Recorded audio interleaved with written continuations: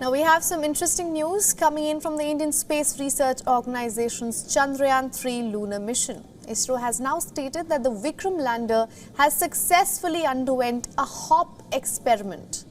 The lander is currently on the moon's south pole. ISRO posted on X, which was formerly known as Twitter, saying, and I'm quoting here, Vikram Lander exceeded its mission objectives. It successfully underwent a hop experiment on command. It fired the engines, elevated itself by about 40 centimeters as expected, and landed safely at a distance of 30 to 40 centimeters away.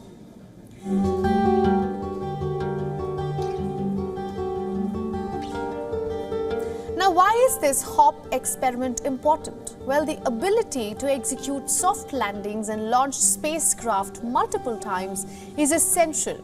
It is important for ensuring the safe return of astronauts to Earth in future missions. And also, ISRO says that it serves as a crucial step in advancing technology for future sample return and human missions.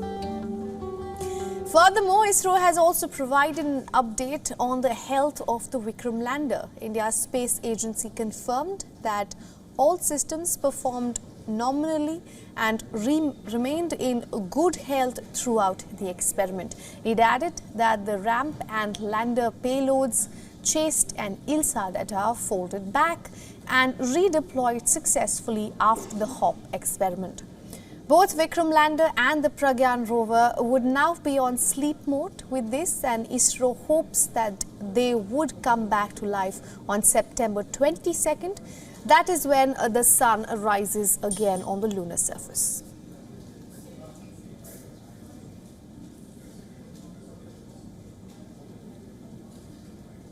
Now, for more on this, my correspondent Siddharth MP and also the senior correspondent is joining us live. Welcome to the broadcast. Siddharth, at this point, it just seems like ISRO is showing off to the world. There was so much talk about soft landing, and Chandrayaan-3, of course, aced that. Now, what is hop test that ISRO has just conducted?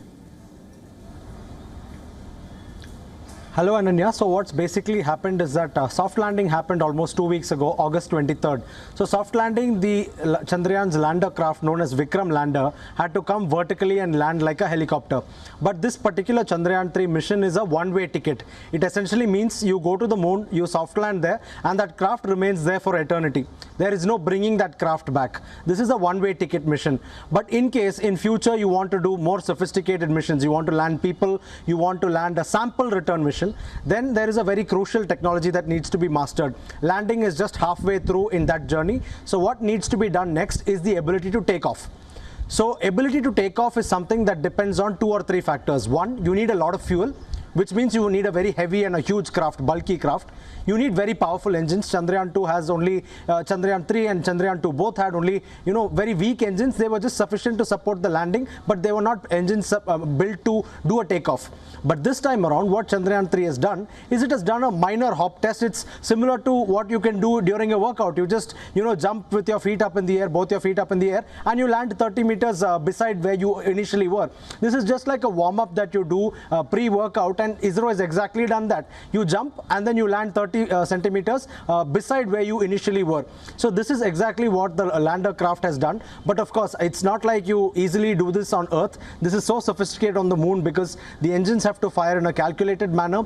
You have to fire them adequately. You have to steer the craft safely and then go land 30 centimeters or 40 centimeters away and land safely. And we have to remember that the gravity on the moon is barely 1/6 of that on the Earth. So that has to be also factored in while conducting this. Let's also tell you that India is just the second country in the world to ever do this kind of a hop test on the lunar surface. So that's why this feat is significant. Of course, this paves the way for bigger technologies in the coming years, Ananya.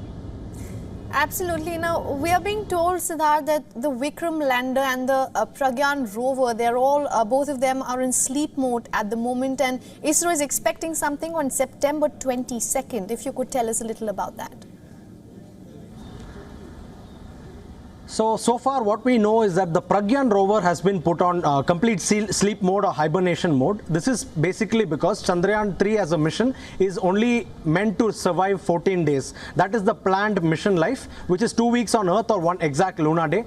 This is because of the fact that both Pragyan and Vikram, the rover and lander, the entire Chandrayaan-3 mission is solar powered. So it has to harness the power of the sun. It has to charge its solar panels and then batteries. And then based on that, it has to conduct all its experiments for the stipulated time.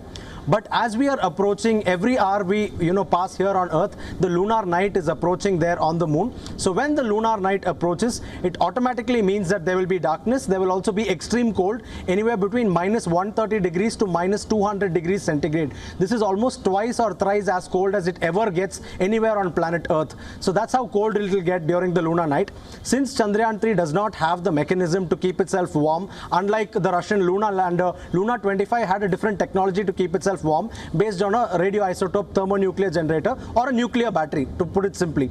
Since Chandrayaan doesn't have that, 14 days is all it has. But ISRO hopes that these will be put on a hibernation mode or a sleep mode. It's similar to what animals do in the winter months. They gorge up a lot of food and then they go into a period of sleep or inactivity.